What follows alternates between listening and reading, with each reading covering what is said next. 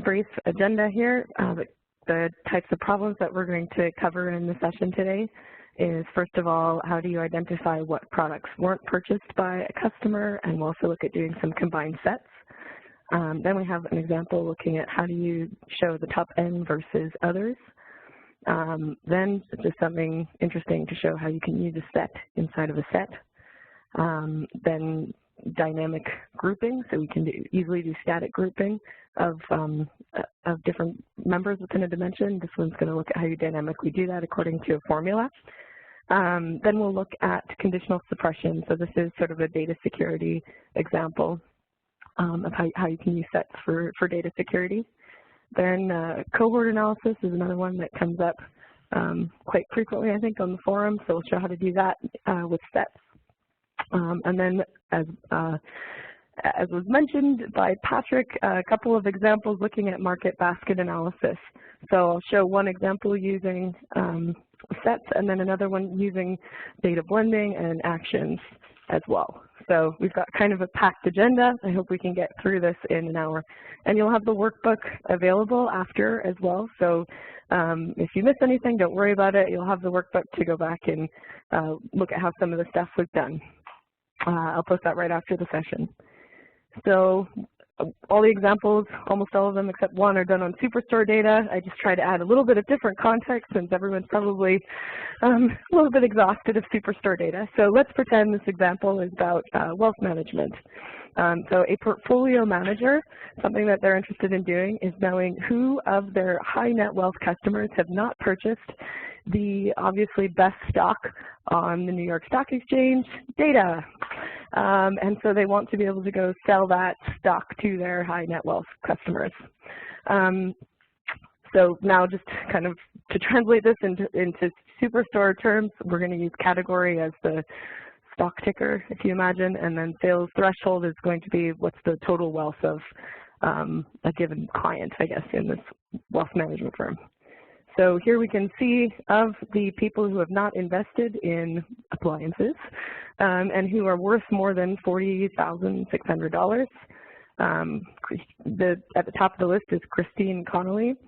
And so we can see she's invested in quite a few different stocks, if you will. The largest one that she invested in is office machines, and it looks like she's the second highest investor in office machines. So how we do this, kind of example here. Just start out here, we're just looking at sales across all of our different customers. So first thing we need to do is figure out who are all of the customers who have purchased more than X dollars of sales. So maybe I'll just bring out this parameter here as well. So we would create a set on the customer dimension here, and we're going to do that by condition. So you could use a field and say the sum of sales is bigger or equal to some hard-coded value, but I want to be able to reference the parameter there. So instead, I'm going to do this by formula and say here that if we grab our aggregate functions, the sum of sales exceeds this sales threshold parameter. And so because we're creating this set on the customer level, it's always going to group the sum by the customer. So it gives us their total overall lifetime sales value in that case. So that's kind of one of the things that a set does, is it basically fixes the level of aggregation to whatever dimension it is that you're creating that set on. So this is high value customers. So that was part one. And then part two was figuring out who are the ones that did not purchase this selected category here. So it's a lot easier, I guess, to write formulas for sets when they're based on a measure like sales. But I'll just show how you do that if you're looking at a dimension. So just really simply here on Excel, let's say we have two customers. Bob has bought 3 products and Mary has bought 2 products. So we want to identify here if who didn't buy product X, let's say. So we would write a condition that says something like, if the product is equal to X, give a value of 1, otherwise give a value of 0. That'll do something like giving us here a value of 1, 0, and it'll give us values of 0 for the rest. And now because we're doing this as a set, we always have to aggregate it to the customer level. So what we want to do is take the maximum of this, so let's say the max of the previous formula, and so for the maximum of this stuff here grouped by Bob is 1. The maximum grouped by Mary is 0. So our logic basically is going to say that we put in the set as a formula is going to be the maximum of this thing. If it's equal to 0, that means that the customer did not buy, because Mary here did not buy product X. So that's just to kind of explain the data problem behind this. So now to go ahead and actually do that in a set, I'm again creating this set on the customer level. And eventually we're going to combine this with the other set. And it's important that to be able to combine sets, they always have to be created on the same level of granularity. So now if we grab that logic function here, so if the category is equal to that category parameter, then give a value of 1, otherwise 0. Now it's giving an error because it has to be aggregate and it has to be Boolean. That's just the nature of sets, because they're aggregated to the level of whatever the dimension is you're making it on.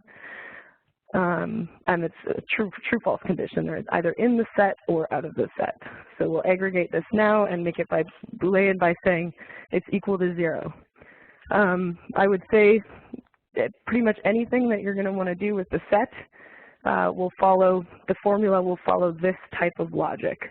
And we'll go through a couple more examples of that later on today as well in the session. So this now gives us customers who didn't buy X,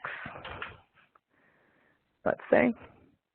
And so now we can come down here and then just combine these two sets to say we want to see shared members in both sets. So this is high net wealth who didn't invest in data. Oh no.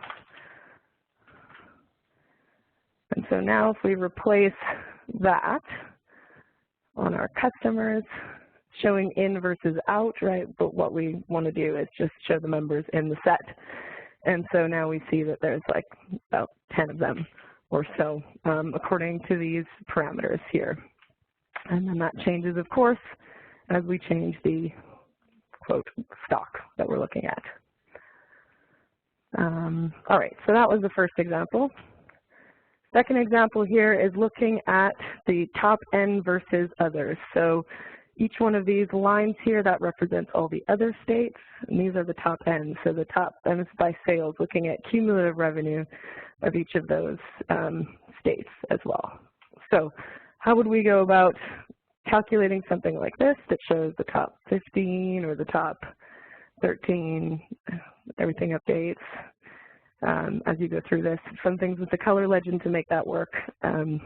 Unfortunately, this session's about sets, so you'll be able to look at that after when you have the workbook. Okay, so what we want to do is figure out top N states. So in this case, I'm going to make the set on the state level here and just pick out the top N states by the sum of sales. Oops, top states, and create the set that way. So simple enough, no need to write a formula. So far, all that does will identify what's in versus out. But what we want to be able to do is group all of this stuff that's not in the top N sets together to create an aggregated value for all of that. So what we can do is actually reference this here, this set inside of a calculation. So I'll just make a calculated field on top of that saying that, and now remember that this is a bit of a strange syntax. The first time I saw this, it took me a long time to understand what it was doing, but I'm saying if top states, because this is a row level Boolean calculation. So it'll scan every row and see, is this true or false? In other words, is it in or out of the set? And if it's in the set, so if that condition is true, then we want to actually return the value of the state. And if it's not in the set, then we want to group them in a category called other. So now we have a calculation here showing the top states versus others. And notice, again, it's a row-level calculation. I didn't need to aggregate any of this because sets are actually executed at a row level,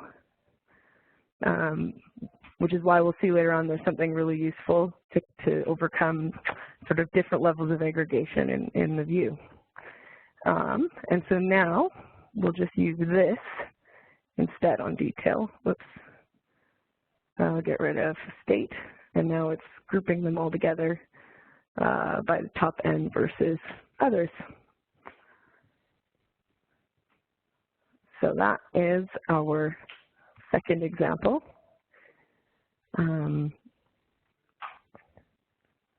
Third example here is now looking at customer success. So again, it's on Superstore, but let's pretend it's a customer success rep who is trying to call into their top accounts that haven't made a purchase in more than, in this case, 12 months. But this is something that you can parameterize, so we could also look at those who haven't purchased in more than 16 months, something like that, and who are the top 30 or 40 or whatever it is, customers that fulfill that condition. And now what it's doing is showing their purchase history patterns, so we can see that this customer here has made 4 purchases over their lifetime, whereas this one here has only made 1, and it was a really bad purchase. So the idea is they can use this to sort of drive their activity and who they're going to call. So in terms of high frequency, high sales, high profit customers, so probably they wouldn't want to call that one.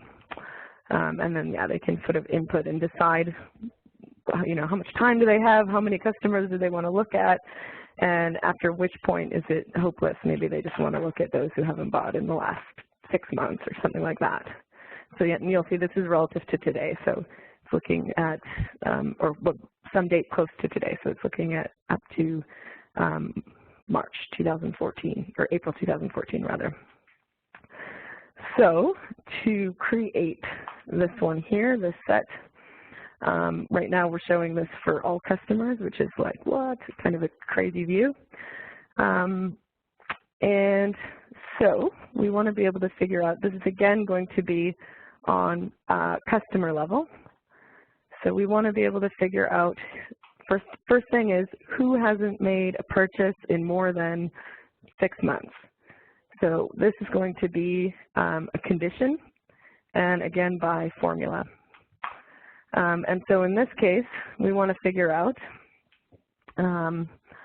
take the difference in days, or no, sorry, months rather, between the maximum date of purchase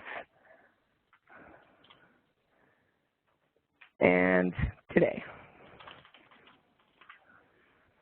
Let me just make sure I did that right. So start date, end date, yes, today would be the end date. So, and just month. So this, why do you know like this? It must be right, it must be Boolean. So we want that to be less than or equal to the month since last purchase parameter. So it's basically saying return all of the customers where the, greater, I meant to put greater or equal to. Greater or equal to, yes. Return all of the customers where the maximum order date, so that was the last day that they made a purchase, was more than 6 months ago. So these are, let's say, potentially lost customers. So that's the first part of the set, or of this exercise. And then the next thing is to figure out who are of those customers, who are the top customers. And this one's a little bit tricky because you might think up front that you could just make a combined set between top customers. But then let's say you take your top 10 customers overall, and of your top 10 customers, you have maybe 3 of those that are potentially lost. So that would just give you the top 3 customers. But I want to see top 10 of my lost customers. So doing a combined set isn't exactly the way to do this. So what we actually have to do is use this set now to create a new measure that says we want this to be the sales value for lost customers. And so what we want this to do is return return the total lifetime sales value for customers who are potentially lost, and then return 0, basically ignore all the other ones that we aren't worried about. So if the customer is potentially lost, then give their sales value, otherwise just give 0. And so now we're going to use this metric to be able to isolate the top N customers, because we'll base it off of this sales value as opposed to the overall sales value.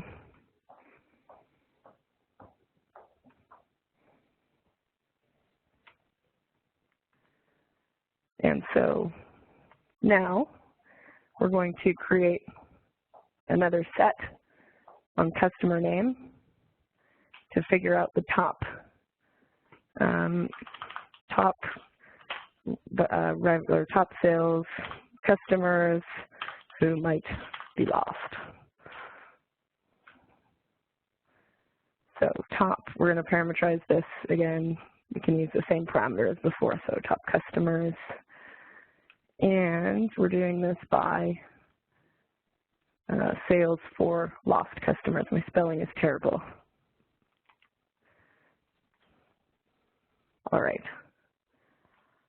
And so now we'll take that set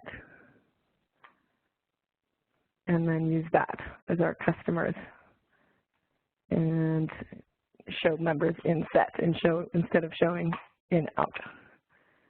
So now that's giving us how many top customers do we have here? So top 30 who didn't make a purchase in the last 6 months. Or yeah, 24 months or something like that.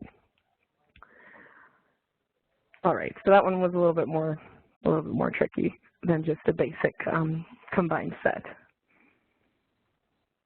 All right, where are we now? Right, dynamically grouping small items together. So if you've ever been in a Tableau demo, probably most of you have seen a Tableau demo at some point. Somebody will inevitably at some point group together small items. It's like a token moment of the Tableau demo.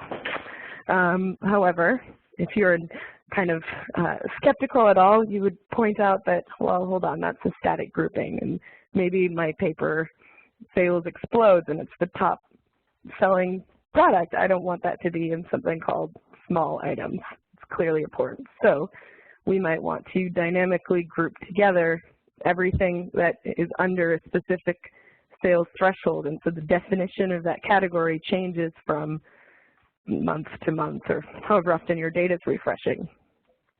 So how we would do that is, again, by using a set. So we want to group together all this stuff based on that sales threshold definition.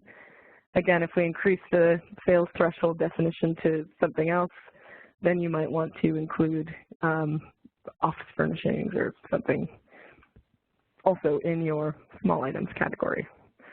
All right, so we will have to, in this case, create a set on category here. And we want to figure out what is the sum of sales within each category. So that's going to be a condition. Again, I could do it as, by field, but I want to use a parameter so that it's good and dynamic. So again, here we will use the sum of sales And then flag if that is smaller than the small items threshold. So this will return true for all of those little guys and false for all of the big guys.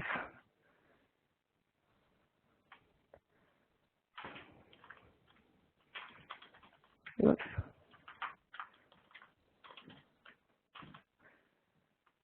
Okay. Oh no, small items too. Okay, so if we just grab that, put it on color, you can see that it's working properly, but that's all that's done is flag this stuff as small. We want something that's actually going to group it together. So this is actually really a very similar example to the top N versus others, because we want to be able to use this condition to say, you know, group this all in one new category, like what we did, it's like group this all in others. So it's the exact same concept, just kind of a different application. So we'll make a calculated field off of that. And in this case, we say if it's true, then call it small items. Otherwise, actually give the category name itself. So this is now new category. And so if we grab our new category and replace it here, you can even take that new category and drag it into your hierarchy so that you still have the context of what's inside your small items as well, so that somebody can drill down and see that. All right.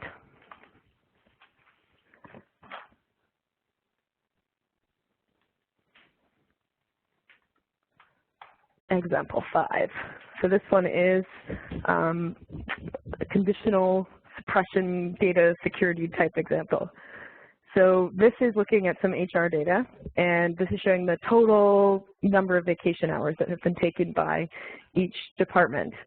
And so each one of these blocks here represents an employee. So this one employee has taken 59 vacation hours. This one's had 60 vacation hours. This must be American data. In the UK, we get way more vacation hours than this. Sorry, that was mean.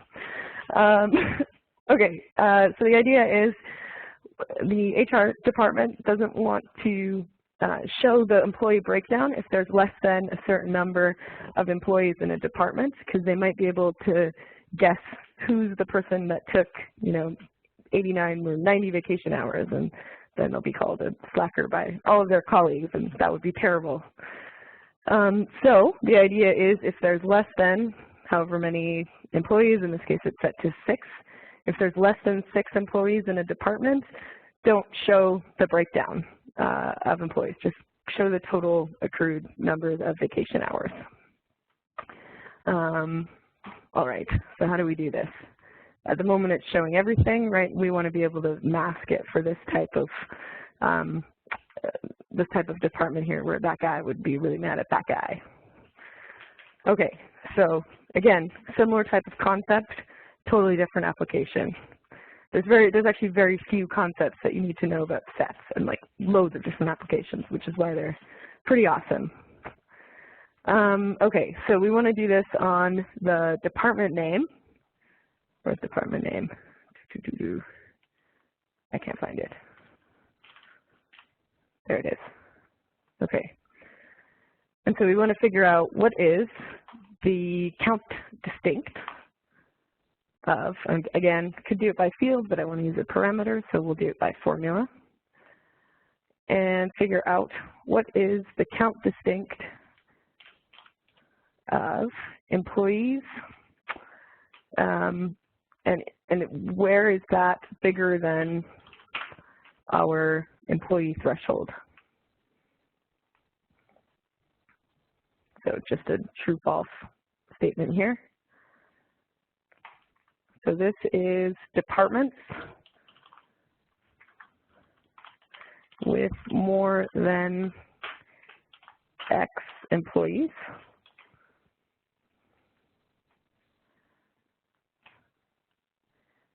So now we can use that also in a calculated field, very similar to the grouping example. And so if a department is in this set, then we want to actually show the employee breakdown. So I'll give the employee key, right? We don't want to show the name ever, but just the key. Otherwise, we want to suppress it. And it contains errors, expected type, integer, found string. Okay, so we have to turn this to a string because it's an integer. No problem. Now it's good. So this is now conditional employee key. Okay. And there it is. So we're going to use that on the level of detail instead. We could even take that set and put it on color so you can see that, yeah, where the ones that are suppressed are.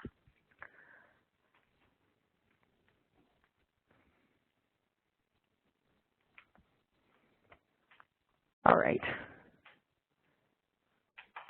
Next example is a cohort analysis. So the idea here is to be able to group customers by cohort based on what year they made their first purchase. So here we're showing days since first purchase 1 to 365. So we can make a comparison and say, well, by day 365, the customers that we acquired in 2010 made like more than or pretty close to double what the customers acquired in 2012 made by their 365th day of purchase. So, and it's been getting worse ever since. This might be something that you would naturally observe in, let's say, a company that was growing very quickly, and then they got so big, and then their growth started to slow down. And so the number of new customers that they acquired was declining. Maybe that's why. As well. So you could do further analysis into this to look at not just the sales value, but maybe sales divided by number of customers to see the average purchase and so forth. But I guess the main part of this that relates to set analysis is being able to group customers into these different cohorts here as well.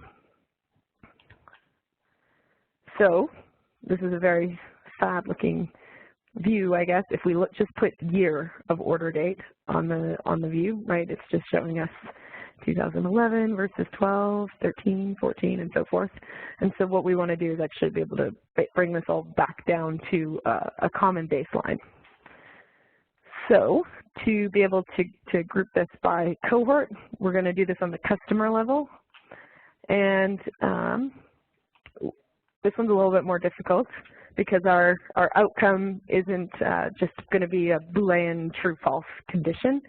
The condition that we're asking is the customer in cohort 2011? Yes or no? Are they in 2012? Yes or no? And so you actually have to go through and ask the question for every single year and make a set for every single one of those years. The good news is that the dev team is currently working on some level of detail calcs that will make this all a whole lot easier, which is great, and lots of other similar applications to this type of thing. But for the moment, this is how you would do it. Or use custom SQL if you have, like, I don't know, 24 months or something where it's unrealistic to create a cohort for every single month. So the formula that we want to test is figure out when was the minimum date of purchase. So on a customer level, that'll give us their first year in which they made a purchase. And so the question is it 2011? And so this will be true for customers whose very first purchase happened in 2011.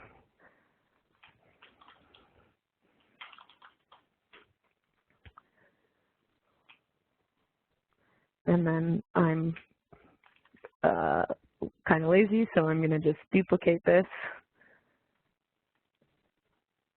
and then modify the year value so that we have one now that says, is the first date 2012, yes or no? Oh no, I have to call it 2012 cohort. And then just duplicate that 2 more times. So now we have 2013. All right, and I need to keep this cohort. And one last time. So you can imagine this is not awesome if you have 24 periods and counting that you want to do this over. But it works on sort of the year level. And 2014.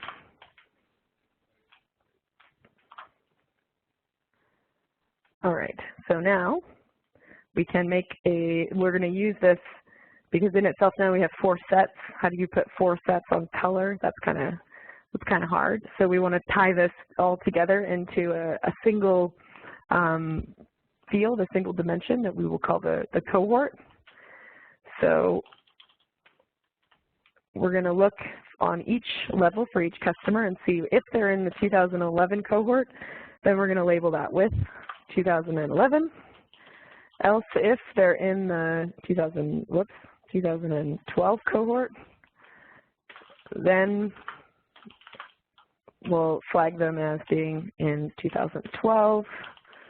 Else, if they're in 2013, then this is 2013.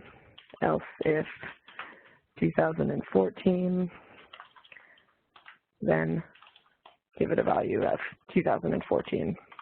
So now it's just bringing all of those sets into one single field. All right. And so now, if we grab that and put that instead on color, woohoo, it worked. So now this makes sense here. It's showing in 2011 they have 4 years of purchase history, which is why it's kind of extending beyond the rest. Whereas here we are today, the 17th of, I can't maybe zoom in a little bit more, but yeah, 17th of November, so pretty close to our current date here as well. And then we could just add a filter on this to keep up to 1 year of data. So to keep just 365 days. That's more of a, I guess, a fair comparison to make. All right, so now we're getting into all the stuff about market basket analysis. So we'll start with a simple example of being able to pick a specific category and see what else was purchased with that category. So what you're looking at here is just the number of orders that bought each one of these categories, and it's highlighting in dark blue every order that also purchased paper. So obviously 100% of paper orders bought paper. That makes sense. It looks like telephones and communications was the next most commonly purchased thing with paper as well, accounting for, I mean, we could even add a percent of total calc. Let's do that. That might make sense. If we look at percent of total, and okay, that makes more sense. So now we can say that, so 16% of scissors, rulers, and trimmers were purchased with paper. And then as we change that parameter, it updates as well. So it looks like not a lot of stuff was actually bought with chairs and chair mats. So this is actually pretty straightforward to create. If we start here, all we need to do is look on an order level. Where's the order ID? There it is. We want to create a set and figure out on a specific order level, did you or did you not purchase envelopes? And so where's create set?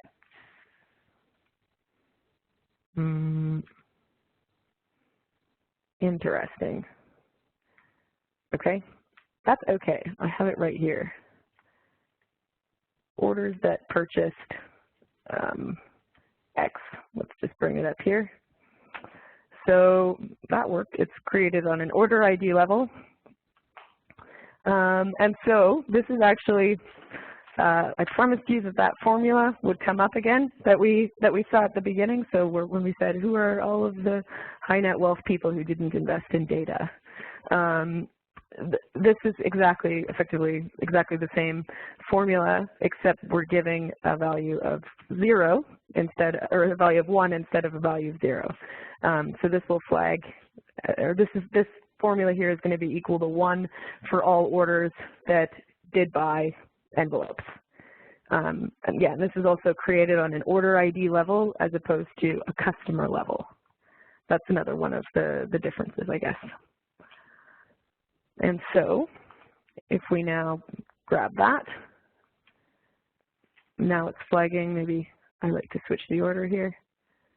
Now it's showing everything that was bought with envelopes. That one's pretty straightforward to do. I guess the limitation of this solution, though, is that your parameters are static, of course.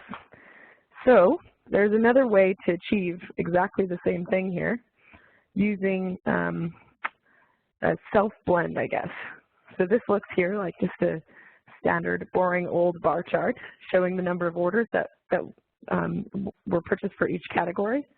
But if we now go and click on paper, it's actually highlighting to us, just so you all believe me, let's pick paper. These are definitely, oh no, I added a percentage total. Sorry. Now I remember why I didn't do that. Okay. This is exactly the same viz as this one here. It's just that this one's using actions.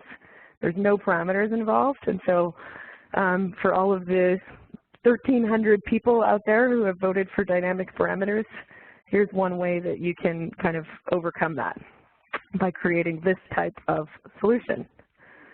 So how do we do this? We start out here with just a regular old bar chart.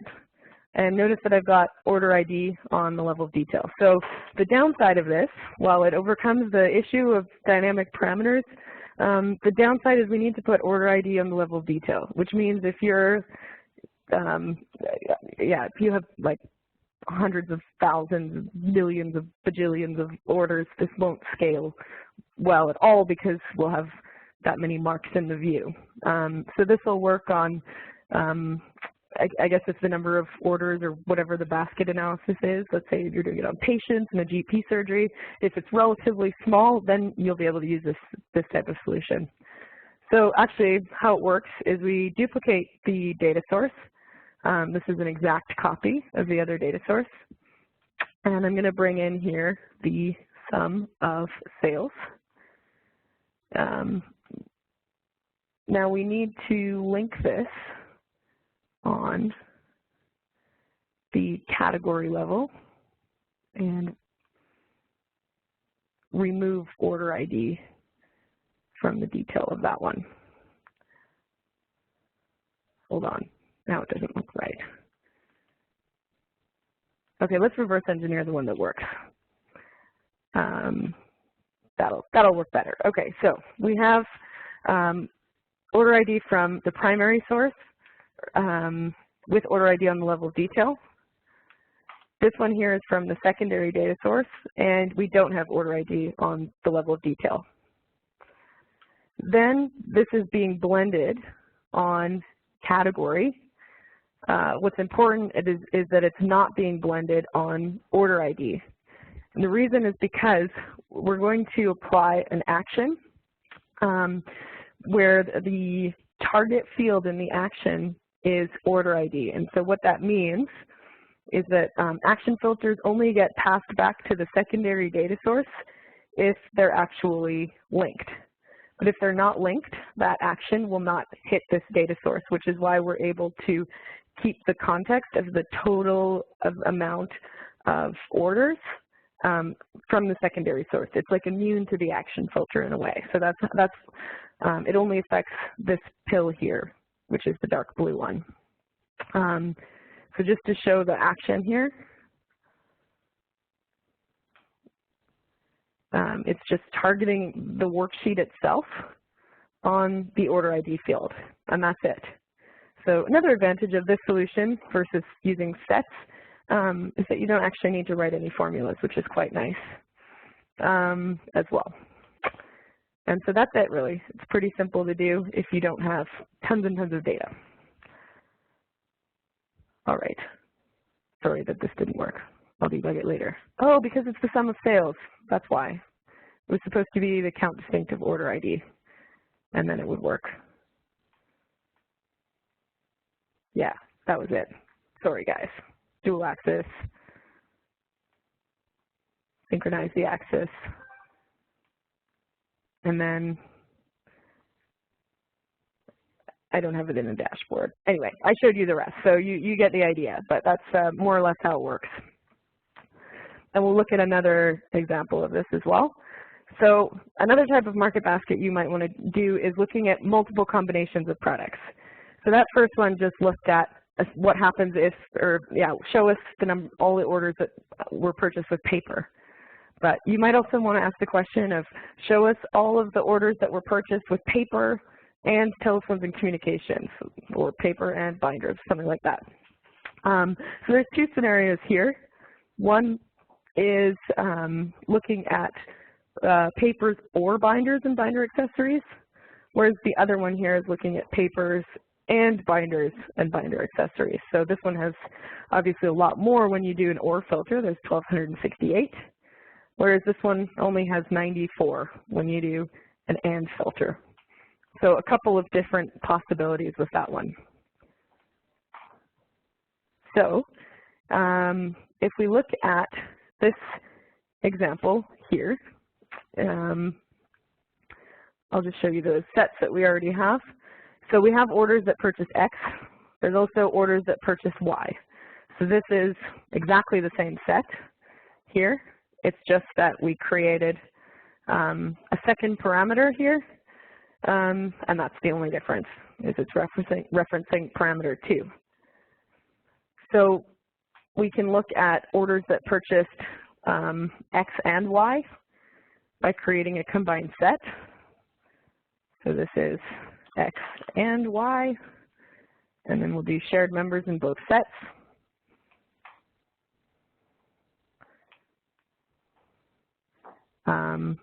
You could split it up like that or do it on a filter, just keep the stuff that's in. So different options of displaying that, and that's going to show us now our 94 items. If we want to look at those that purchased X or Y, then we would just combine these sets and keep all members in both sets.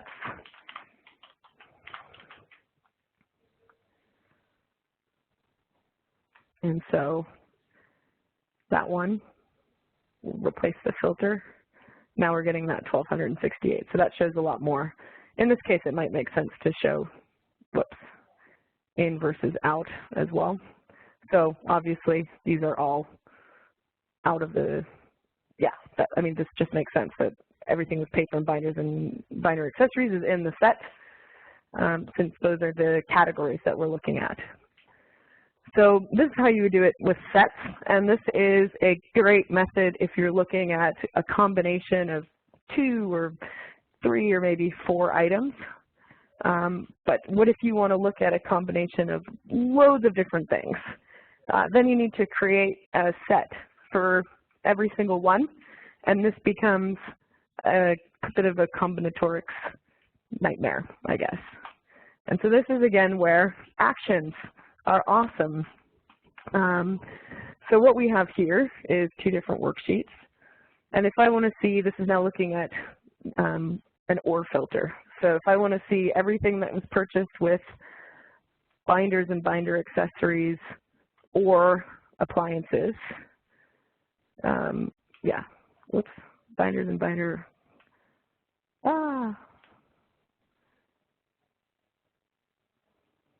There we go, multi-select. So now, this is showing all of the orders that bought binders and binder accessories or telephones and telecommunications. And so what this actually is doing here is this is a worksheet where I have turned the transparency off and just put order ID on the level of detail. So it's actually something like this, but you just hide that with transparency and reformatting so that this thing looks somewhat like a filter selector. And then we have in here, this is just a standard bar showing distinct count of order IDs by binder and binder accessories. There's nothing on the level of detail here. And there's just an action set up to target the order ID. So it's the same kind of idea as the previous is, but we're just using a different worksheet to target this worksheet. And so it's going to pass through the order ID field from here to here and keep all of the orders that are associated with binders and binder accessories, all of the orders that are associated with telephones and communications, and so forth. So that's why it's doing kind of an OR filter. So if we just look at this here, it's exactly the same action that's been set up, just targeting order ID.